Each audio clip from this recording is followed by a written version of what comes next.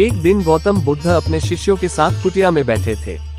सभी शिष्य आज जानना चाहते थे कि मोक्ष कैसे प्राप्त किया जा सकता है।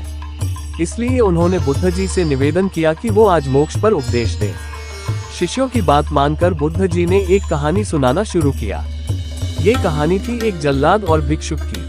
अपने राज्य का मुख्य जल्लाद, जिसने बहुत से गुनाहगारों को दंड दिया था, अब वह रिटायर होकर राज्य से बाहर एक कुटिया बनाकर अपना जीवन व्यतीत कर रहा था। उसे हमेशा लगता था कि उसने कितने लोगों की हत्या की है, वह कितना पापी है। ऐसे ख्यालों से वह हमेशा घिरा रहता था। वह अपना सारा दिन पश्चाताप में ही गुजारता था। एक दिन वह रोज की तरह इन्हीं ख्यालों में खोया हुआ खाना खाने के लिए थाली परोस रहा था। तभी उसको दरवाजे से किसी की आवाज आई। उसने बाहर जाकर देखा तो एक भिक्षुक खड़ा था। भिक्षुक के चेहरे को देखकर ही जल्लाद समझ गया कि भिक्षुक बहुत ही लंबी साधना के बाद आज उठा है और भूख से व्याकुल भी है। जल्लाद के मन में आया कि जिंदगी भर तो मैंने बस हत्याएं ही की है, आज मौका मिला है कुछ पुण्य कमाने का, तो इसे गंवाना नहीं चाहिए। उसने भिक्षुक को अंदर बुलाया और अपनी खाने की थाली उसे दे दी।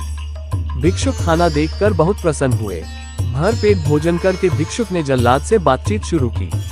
जल्लाद ने भिक्षुक को अपने जीवन की सारी कहानी सुनाई। उसने बताया कि वह कैसा काम करता था, उसने कितने लोगों को फांसी दी और वह सोचता है कि वह कितना बड़ा अपराधी है।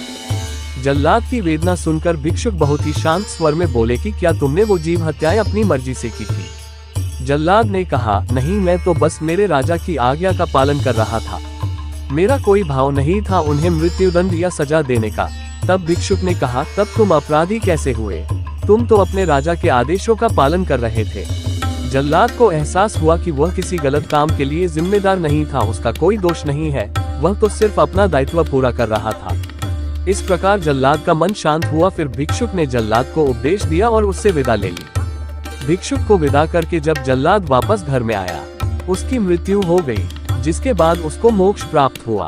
इतना कहकर बुद्ध जी ने कहानी को विराम दिया। सभी शिष्य बहुत ही आश्चर्य के साथ बुद्ध जी की ओर देख रहे थे। किसी को समझ नहीं आ रहा था कि जिसने इतनी हत्याएं की हो उसे मोक्ष कैसे प्राप्त हो सकता है। तब एक शिष्य ने ये दुविधा बुद्ध जी के सामने रखी। बुद्ध जी ने तब शिष्यों को समझाया कि भिक्षुक के उपदेश से जल्लाद को ज्ञान प्राप्त हो गया था। जल्लाद के जीवन में पहली बार किसी ने उसे ज्ञान का उपदेश दिया था, इसलिए मृत्यु के बाद उसे मोक्ष प्राप्त हुआ।